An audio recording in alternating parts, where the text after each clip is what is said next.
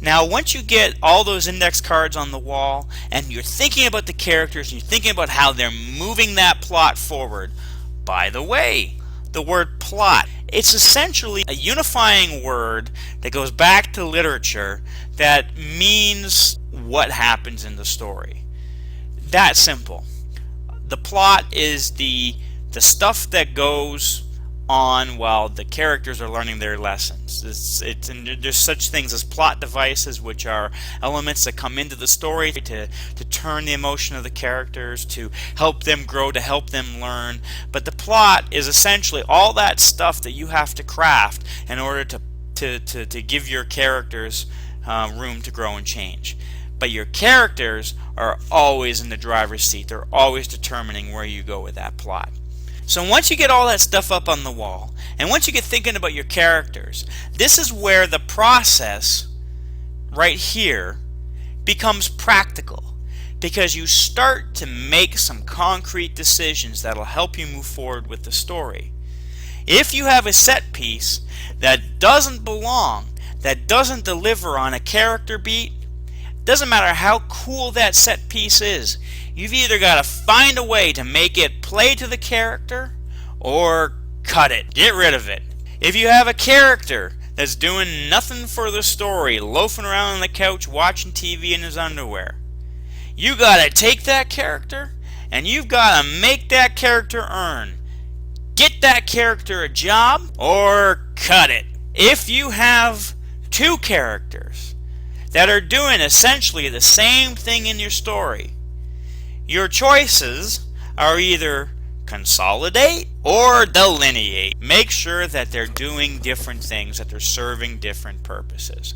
By challenging and reducing the fat that's sitting on your story, what you're trying to do with all that information, all those index cards on the board, is take your story and whip it into shape. Make it muscly and shiny and strong. And if you can hone in on where that meaty muscle is in your story, then hopefully you're going to break it in the right direction. Now, when you are satisfied that the puzzle pieces of your story are adding up and meeting together, you're ready to move on to the next step.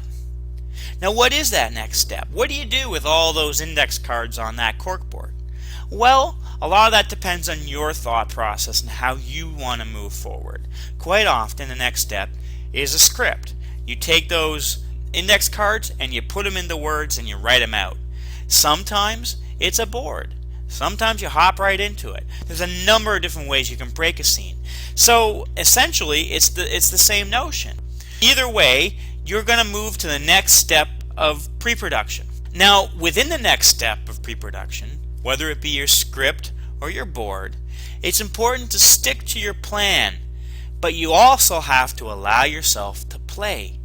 Because it's in this next section, when you begin to write or when you begin to draw, that you establish the tone, or you bring the tone back into your story. And what is tone? Tone is essentially how the story is told. That's where the author's voice will emerge.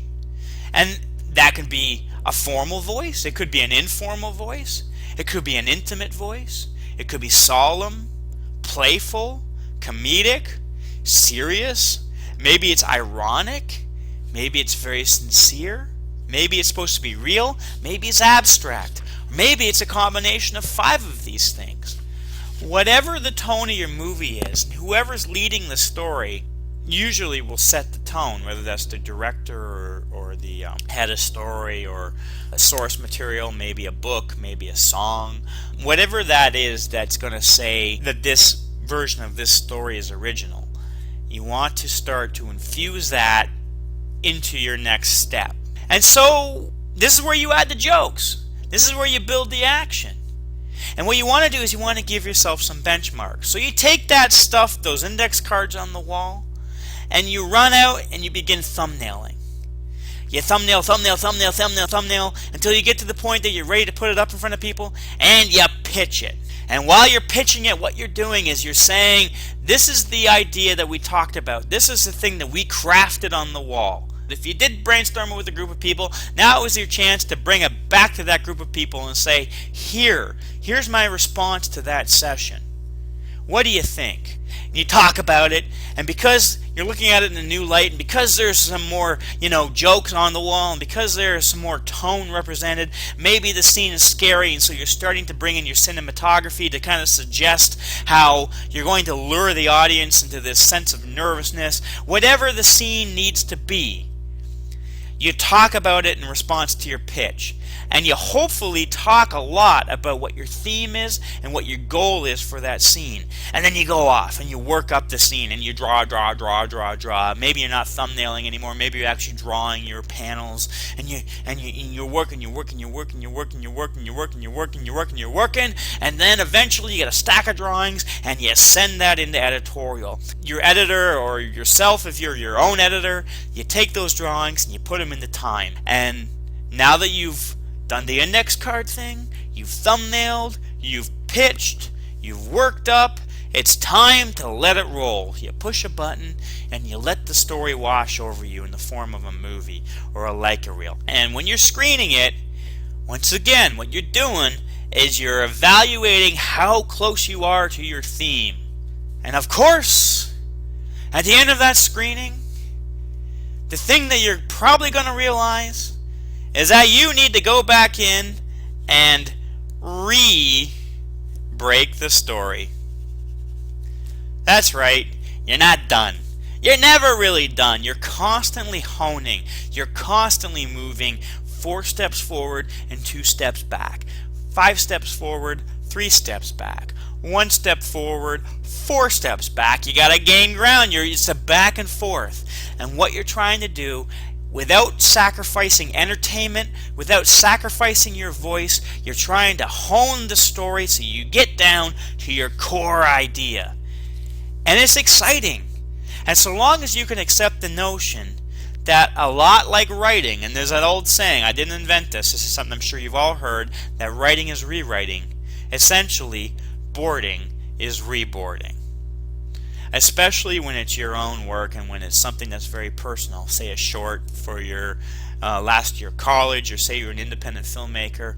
It's important that you are constantly vetting this stuff, pushing and pulling and honing it in, so when you get to that final product, everything is lock solid, tight, and as perfect as you can make it. And I hope that this lesson on breaking a story is going to be helpful to you guys.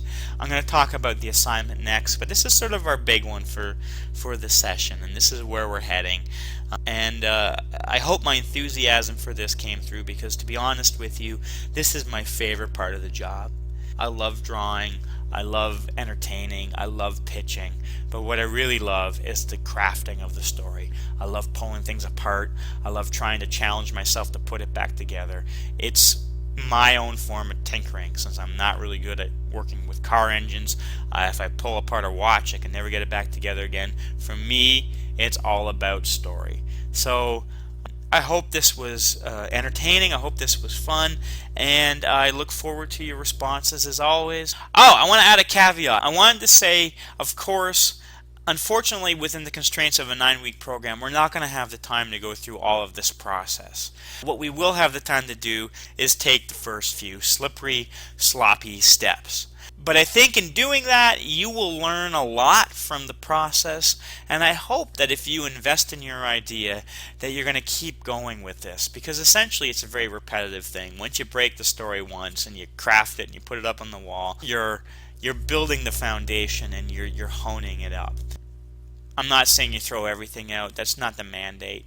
If 90% of your story is great, then you break the 10% that's not working. And so it's that second and third, evaluation that we're not going to probably be together for.